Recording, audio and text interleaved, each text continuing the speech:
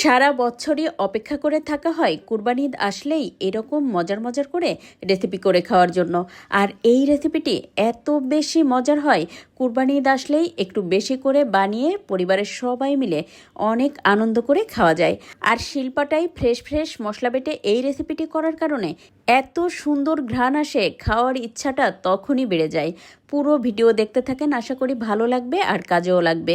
আর হ্যাঁ, ভিডিও ভালো লেগে গেলে শেয়ার করে রেখে দিবেন, এতে করে কুরবানি ঈদের সময় যখন বানাতে যাবেন একবার দেখে নিয়ে বানিয়ে নিতে পারবেন। এখানে চাপের জন্য মাংস বড় করে কেটে নিয়ে আসা হয়েছে। এখন আমি আমার পছন্দ মতো আধা ইঞ্চি পুরুত্ব করে কেটে নিয়েছি। তারপর বেশ ভালোভাবে ধুয়ে পরিষ্কার করে পানি ঝরিয়ে এখন শিলপাটায় একটুখানি থেতো করে নেব। একদম বেশি করে থেতো করতে যাবে না, তাহলে কিন্তু ভাজার সময় ভেঙে যাবে। এবার মশলা বেটে নিয়ে নেব বেশ কয়েকটা কাঁচামরিচ, আমি আমার পছন্দ মতো ঝালটা দিয়ে বেটে নিচ্ছি। সেই সাথে 2টা দেশি রসুনের কলি দিয়েও বেটে নিব, আর বড় রসুনের কলি দিলে একটাই দিবেন। এবার 1.5 ইঞ্চি পরিমাণ আদা খুব ভালোভাবে মিহি করে বেটে নেব। আজকে আমি 700 গ্রাম পরিমাণ মাংস নিয়ে চাপটা করে নিব। আপনি কতটুকু পরিমাণ মাংস নেবেন সেই বুঝে মশলা দিয়ে দিবেন। দিয়ে দেব 3টা মিডিয়াম সাইজের পেঁয়াজ হালকা থেতো করে বেটে নিয়েছি। সেই সাথে 1 ইঞ্চি পরিমাণ খোসাসহ নিয়েছি পেঁপেটা অবশ্যই দেওয়ার চেষ্টা করবেন, এতে করে মাংসটা অনেক বেশি সফট হয়ে যায়। আর যদি পেঁপে বাটা না দিতে চান তাহলে মেরিনেটটা একটু বেশি সময় করে রেখে দিবেন, এতে করেই নরম হয়ে যাবে। এবার মাংসের মধ্যে দিয়ে দেব স্বাদমতো লবণ, 1 চা চামচ পরিমাণ করে ধনে গুঁড়া, জিরা গুঁড়া, আর এখানে দিয়ে দেব আমার স্পেশাল গরম মশলা গুঁড়া 1.5 টেবিল চামচ পরিমাণ। এই মশলাটার পুরো রেসিপি আমি আপনাদের সাথে কয়েকদিন আগে শেয়ার করেছি, ইচ্ছে করলে দেখে নিতে পারেন। আর যদি হাতের কাছে শাহি গরম মশলা না থাকে তাহলে দিয়ে দিতে পারেন 1 চা চামচ পরিমাণ গরম মশলা, তার সাথে 1.5 চা চামচ পরিমাণ কাবাবের মশলা। এবার মাংসের মধ্যে দিয়েছি 1 চা চামচ পরিমাণ শুকনো মরিচের গুঁড়া, আধা চা চামচ পরিমাণ গোলমরিচের গুঁড়া, 3 টেবিল চামচ পরিমাণ দিয়েছি টক দই, তার সাথে 1 ফালি লেবুর রস। ঢাকনা দিয়ে ঢেকে 1 থেকে 1.5 ঘন্টার জন্য ম্যারিনেট করে রেখে দিয়েছিলাম।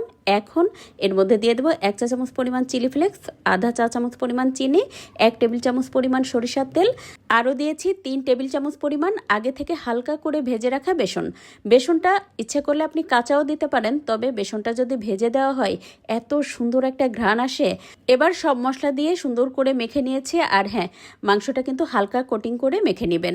তারপর চুলায় একটা বেশ বড় তাওয়া বসিয়ে দিয়ে এর উপরে 2 টেবিল চামচ পরিমাণ সরিষার তেল দিয়ে চুলার আঁচ মিডিয়াম রেখে 2 পাশ বেশ সুন্দর করে ভেজে নিয়েছি অনেকটা সময় ধরে, এই প্রায় 15-16 মিনিট। তারপরে তো চুলার আঁচ একেবারে লো করে দিয়ে 2 পাশে একটু একটু করে চিলি ফ্লেক্স দিয়ে আরও একটু সময় নিয়ে ভেজে নিয়েছি। ওই 4-5 মিনিট সময় নিয়ে 2 পাশ ভেজে নিয়েছি। এতে করে এই মাংসটা যেমনি সফট হয় আর হয় জুসি, খেতেও অসম্ভব ভালো লাগে। আর এই ফ্রেশ ফ্রেশ মশলা বেটে রান্না করলে হয় কি, এই টাইমটা এত সুন্দর ঘ্রাণ আসে, মানে ভাজার সময় পুরো ঘর মৌ করে এই চাপের ঘ্রাণে। আর আজকে চাপের সাথে কিন্তু আমি কোনো প্রকার শসা বা টমেটোর সালাদ রাখিনি, এই পেঁয়াজের সালাদটা করি, খেতে দারুণ হয়। আপনাদের সাথে ইনশাল্লাহ এই রেসিপিটিও আমি শেয়ার করব। আজকে যদি আমি একসাথে চাপের সাথে এই রেসিপিটি শেয়ার করতে যেতাম তাহলে ভিডিও অনেক বড় হয়ে যেত।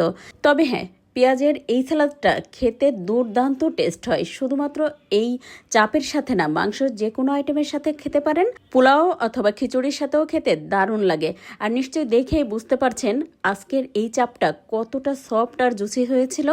আসছে কুরবানি ঈদে একবার হলেও এভাবে তৈরি করে খাবেন, ইনশাল্লাহ পরিবারের সবাই অনেক বেশি খুশি হয়ে যাবে আর আপনার প্রশংসা করবে। সবাই ভালো থাকবেন, আল্লাহ হাফেজ।